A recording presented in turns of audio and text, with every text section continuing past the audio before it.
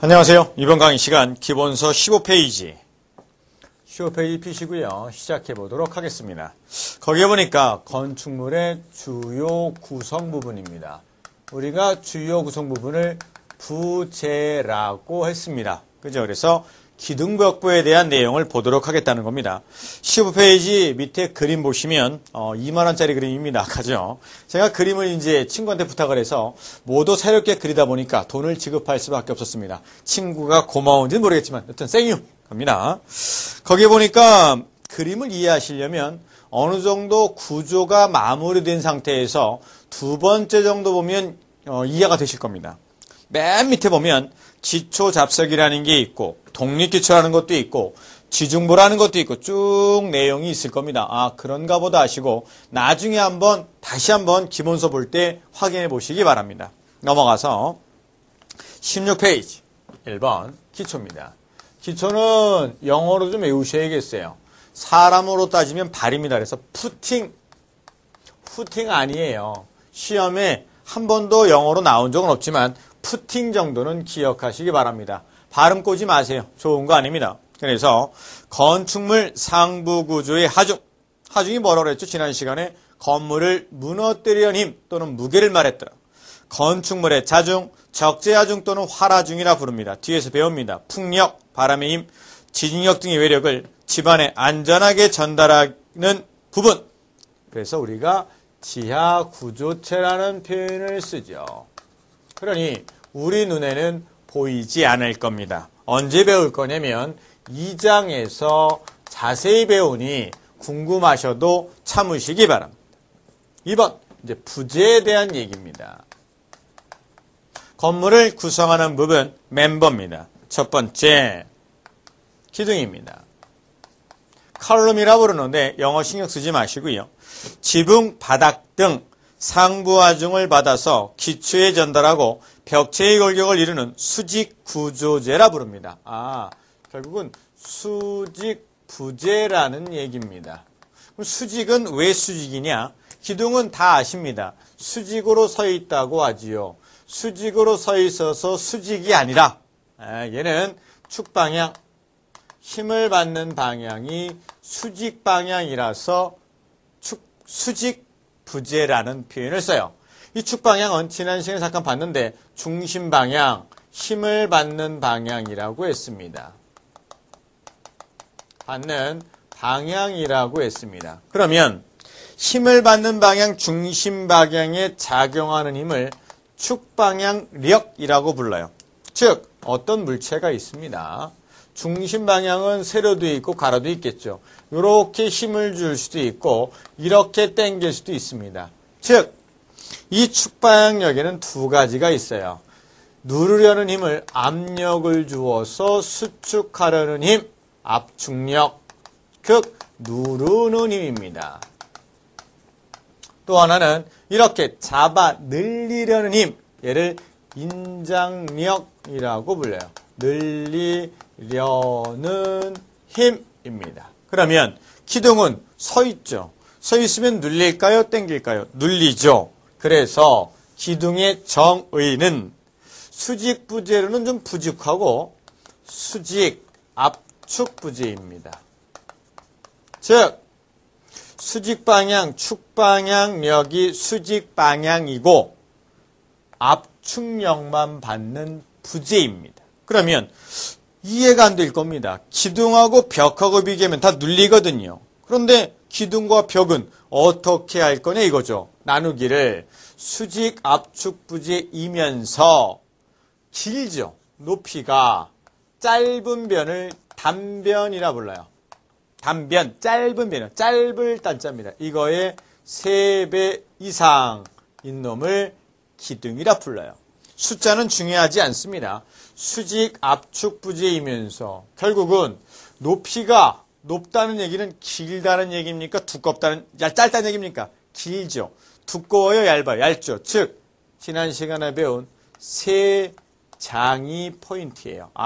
수직 압축 부재이면서 시장입니다. 가늘고 길다 라는 표현을 씁니다. 이게 16회 답입니다.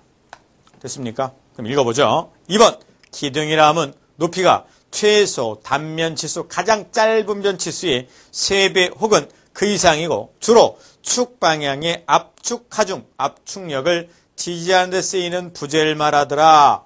결론은 수직 압축 부재이고 3장입니다. 이렇게 정리하면 되겠네요. 기억나세요? 3장이면 좌굴 발생이 쉽더라. 철근 콘크리트 기둥에서는 띠철근 후프를 사용하고 철골에서는 스티프너를 씁니다. 끝!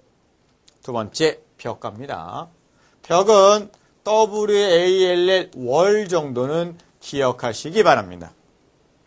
건축물에 있어 외부 또는 내부 칸 사이를 수직으로 구획하여 막아댄 것입니다. 쉽네요. 바깥벽, 안쪽벽 해서 외벽, 내벽 나누면 되죠. 뭐 바깥벽, 안벽 어렵지 않네요. 그죠?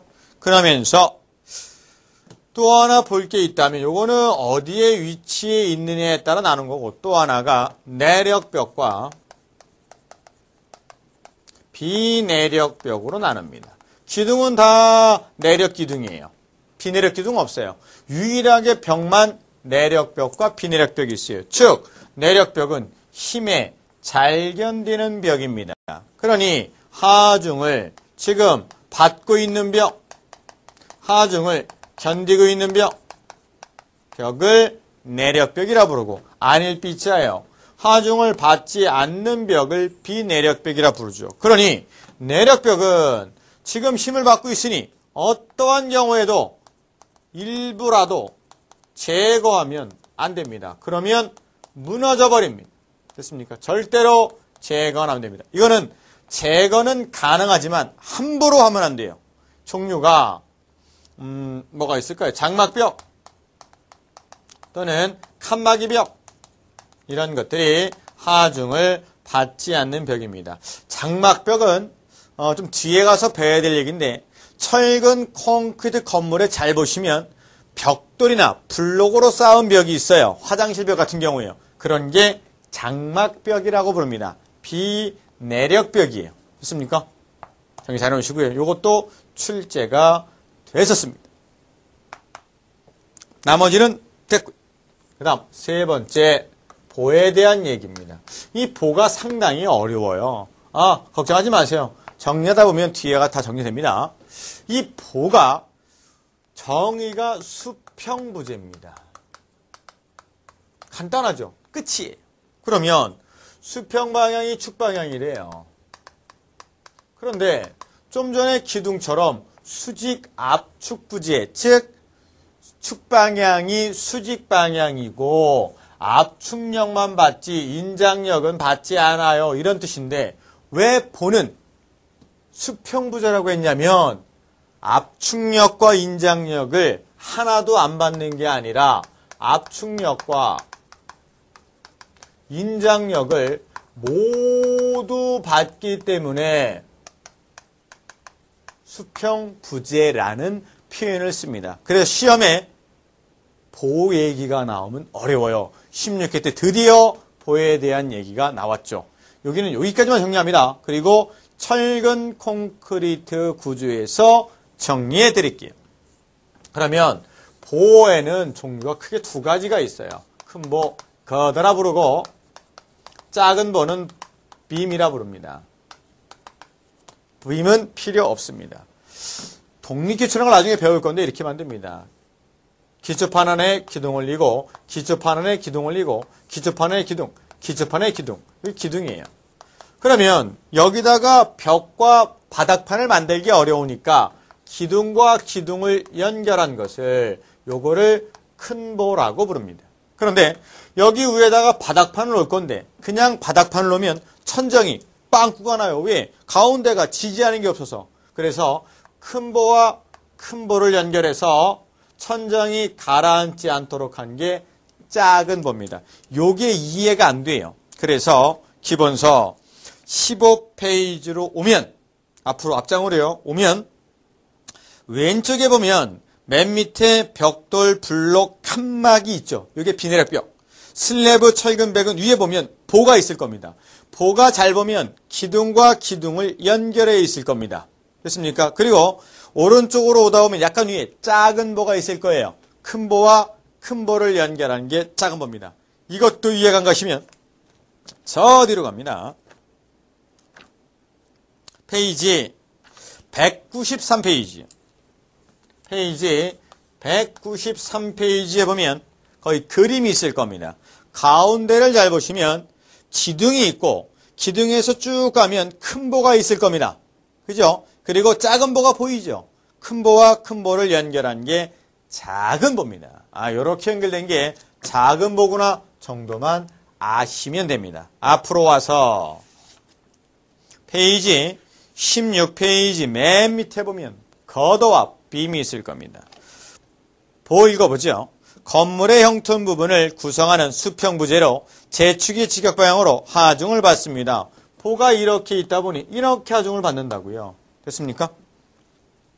2번 큰 보란 기둥과 기둥을 연결하는 것을 말하며 작은 보는 큰 보와 큰 보 사이를 연결해서 천장이 가라앉지 않도록 한 구조입니다. 네 번째, 바닥. 바닥은 좀 조심해야 돼요. 우리가 공동주택이라고요. 공동주택은 기본적으로 층수가 있습니다. 그러다 보니 이해를 해보죠. 2층 건물로 보겠습니다. 사람이 참 특이합니다. 뭐가 특이하냐면 아래층에도 살고 위층에도 살아요. 그러면 똑같은 바닥입니다. 그런데 위에 있는 사람이 아래를 바라볼 때는 바닥이라 불러요. 하지만 아래에 있는 사람이 위를 바라보면 바닥이라 부르지 않습니다. 즉 위에 있는 사람이 아래를 바라보면 바닥이에요. 말 그대로 플로어라고 부릅니다. 플로어 하다 보면 자연스럽게 생깁니다. 그런데 아래에 있는 사람이 위를 바라보면 얘를 뭐라 부르냐면 슬래브라고 부릅니다. 스라브가 아니라. 됐습니까? 다시 한번요. 위에 있는 사람이 아래를 바라보면 플로어, 바닥이라 부르고 아래에 있는 사람이 위를 바라보면 슬래브라는 표현을 씁니다. 이 정도 영어는 기억해 놓으시기 바랍니다. 바닥, 그래서 영어가 플로어도 있고 오른쪽 SALB가 슬래브입니다. 구조물의 공간을 막아놓은 밑바닥, 즉 건물의 수평체이고 그 위에 가해진 하중을 바닥, 기둥 또는 벽에 전달하며 사람이 생활하고 일하기 위하여 또는 물품을 저장할 목적으로 구획한 것입니다. 됐습니다. 그러면 핵심 문제가 있을 겁니다. 중간중간에 제가 핵심 문제를 집어넣었어요. 기출문제 중에 중요한 문제나 또는 건축기사나 건설비기사 또는 건수예비시험, 공무원 시험에서 주요했던 문제들을 그대로 가져온 건 아니고요. 기출문제는 되도록이면 그대로 가져왔고 다른 시험은 다 수정해서 우리 시험에 맞도록 바꿔놨습니다. 잘 푸시면 도움이 많이 될 겁니다. 해보죠. 건축물의 부지에 관한 설명으로 옳지 않은 것은 우리 시험은 옳은 것은과 옳지 않은 것이 있어요. 아는 애는 반드시 밑줄을 그어줍니다. 1번 보는 슬래브 등을 지지하는 수평부재로 큰 보와 작은 보가 있다. 오케이. 2번 벽은 공간을 구획합니다. 그래서 장막벽, 내력벽 등이 있습니다. 오케이. 3번 기둥은 높이가 단면치수의 3배 이상입니다. 수직 부재로서 주로 인장력의 X 압축력만 받습니다. 정답 3번. 알고 보면 쉽다. 그죠? 모르면 어렵습니다. 4번 기초는 상부 구조의 하중을 집어넣는다는 부재입니다. 끝. 5번 슬래브는 수평 부재로서 바닥이잖아요. 장변과 단변에 비해 따라 1방향과 2방향 슬래브가 있습니다. 이건 뒤에 가서 철근 콘크리트에서 해석에 관한 슬래브에 대한 내용을 배우도록 할 겁니다. 중요하진 않습니다. 됐죠? 그 다음 지금까지 본 게 부재입니다. 건물을 구성하는 부분에 대해서 봤고 이제 마감재를 보도록 하겠습니다. 마감공사는 저 뒤에 가서 쭉 배웁니다.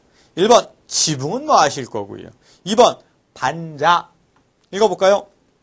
실링이라 부르는데 신경 쓰지 마시고 지붕 밑 또는 위층의 바닥 밑을 가리어 치장으로 꾸미는 각실의 상부 구조물로 천장만 아시면 돼요. 천장이라고도 하며 건축 공간의 상부를 막은 구조 부분으로 이 구조체를 반자라고 합니다. 반자나 천장은 같습니다. 어떤 분이 또 물어봐요. 천정 아니야? 걱정하지 마세요. 중요성이 전혀 없습니다. 일반적으로 전통 한옥에 있는 걸 천정이라 부르고 일반적으로 천장이라 부릅니다. 시험에는 단자라고 나옵니다. 됐죠? 3번 계단. 계단 뭐 모르는 게 어딨습니까? 넘어가죠. 18페이지. 이 목조 계단이나 일반 철 계단에 좀 정리할 게 몇 가지 한번 보죠. 계단이 이렇게 올라갑니다. 갑니다. 제일 먼저 오시면 내려올 때 여기 손잡이 하나 있죠. 끝에도 있습니다. 그죠? 여기도 있고요. 이거를 뭐라 부르냐면 엄지기둥이라 부릅니다. 제일 먼저 시작되거나 끝을 마무리 지으니까. 그리고 손잡이가 있어요. 이 손잡이를 난간두겁이라 불러요. 또 여기 오면 이렇게 넘어지지 말라고 대놓은 게 있어요. 이거를 난간동자라 부릅니다. 또 이걸 도름계단이라고 해요. 도름계단.